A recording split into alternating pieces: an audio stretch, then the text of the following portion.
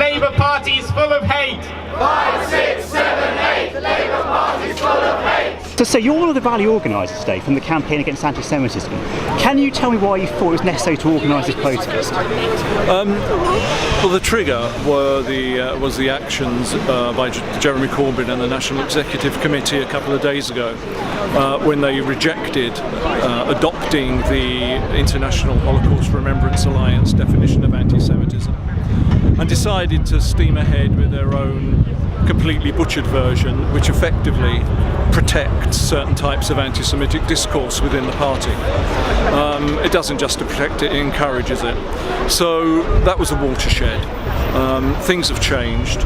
It is a confirmation of everything we feared and suspected, that Labour has become an institutionally racist party, and they have to understand that we are not just going to sit back and accept it, and we are going to push hard until this issue is resolved.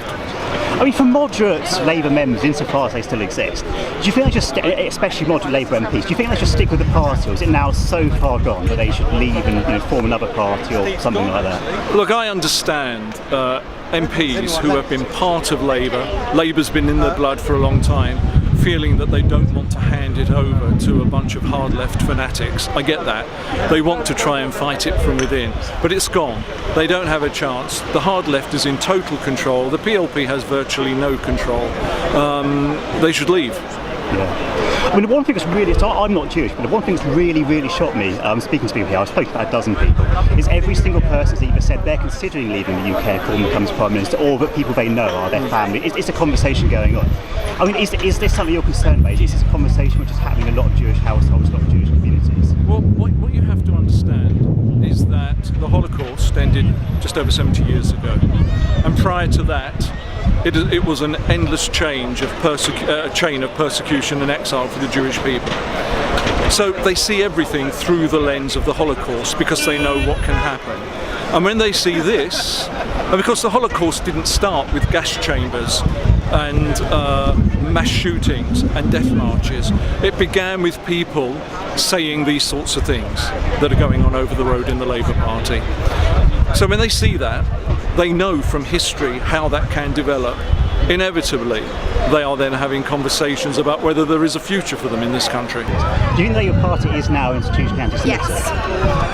As long as they are trying to do things like change the definition of anti-Semitism, it'd be like someone who is a white person trying to change the definition of racism, or someone who is an able-bodied person changing the definition of ableism. You can't do that unless you are the oppressed group. So if you are not Jewish, you can't change the definition of anti-Semitism. And that is, as a group, they are doing that. That is institutional, and therefore they are institutionally anti-Semitic. What's happened in recent years is we've seen a group of people who have spent their lives in a hotbed of conspiratorial, far-left anti-Semitism rise to power and seize the structures within the party. And people here were saying they're scared that Labour hasn't got a grip on this. I'm a member of the Labour Party, I've worked for a Labour MP, I've interned at his office. And he's one of the valiant people fighting anti-Semitism in the party. I have seen the sheer contempt that certain figures within the Labour Party, within the party structure have for the Jewish community. And moreover, I think what this speaks to is the reason that you've seen, this is the third or the fourth demonstration, that British Jews have come onto the streets to reject the vile anti-Semitism awash within the Labour Party. The reason that this is such an issue for Jewish people is that Jewish people are very conscious of their history. They feel very strongly that they should impart to their children the messages and lessons of the past, and that's why you'll see people of all ages here.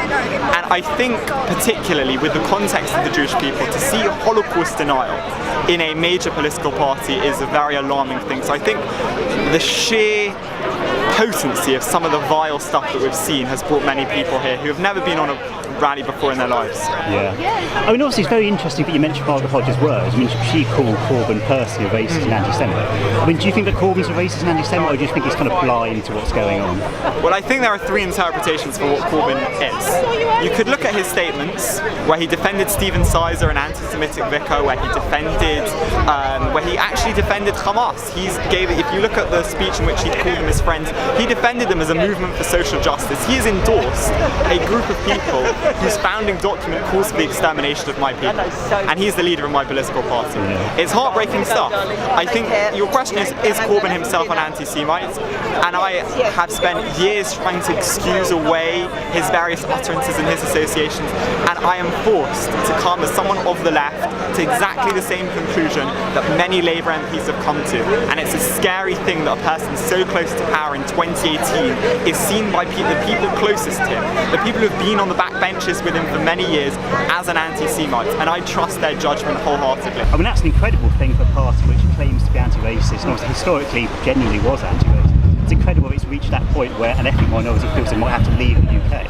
Well, the problem is, for too long they've been trying to use "we are anti-racist" as a get-out-of-jail-free card.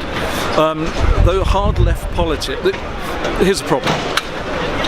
Because there is so much archive footage of the Nazi persecution of the Jews, the liberation of the concentration camps, everything that happened, because there is so much testimony from survivors, from witnesses, and even from perpetrators, public consciousness is seared with the association of anti-Semitism with the far right.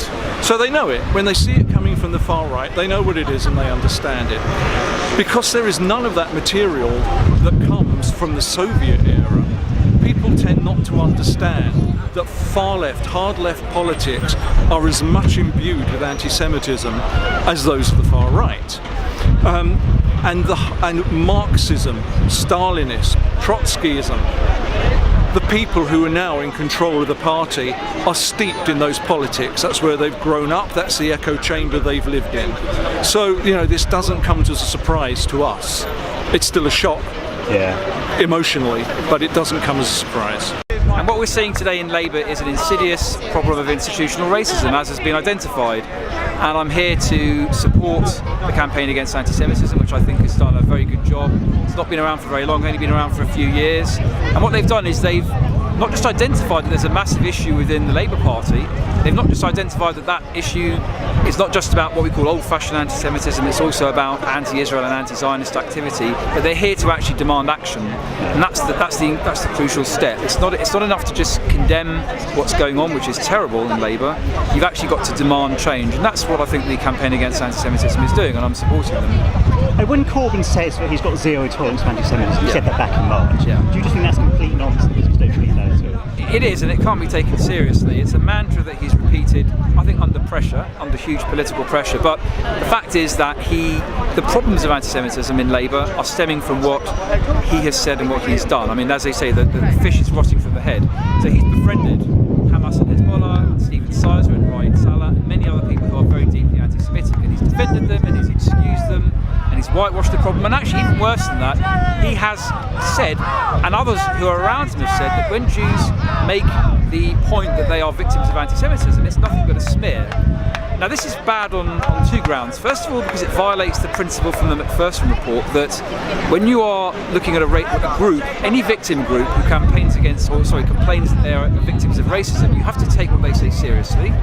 That Jews, in this case, are the people that you go to understand what anti-Semitism is. And more to the point, when you say that what they're doing is a smear, you are suggesting that they're simply making this up. They're inventing the accusation of anti-Semitism for political reasons. Now that is disgusting. That's outrageous, but unfortunately it is something that is happening. It stems from Corbyn, and his supporters have been repeating that lie, and that's why it's very hard to believe that he's taking anti-Semitism seriously.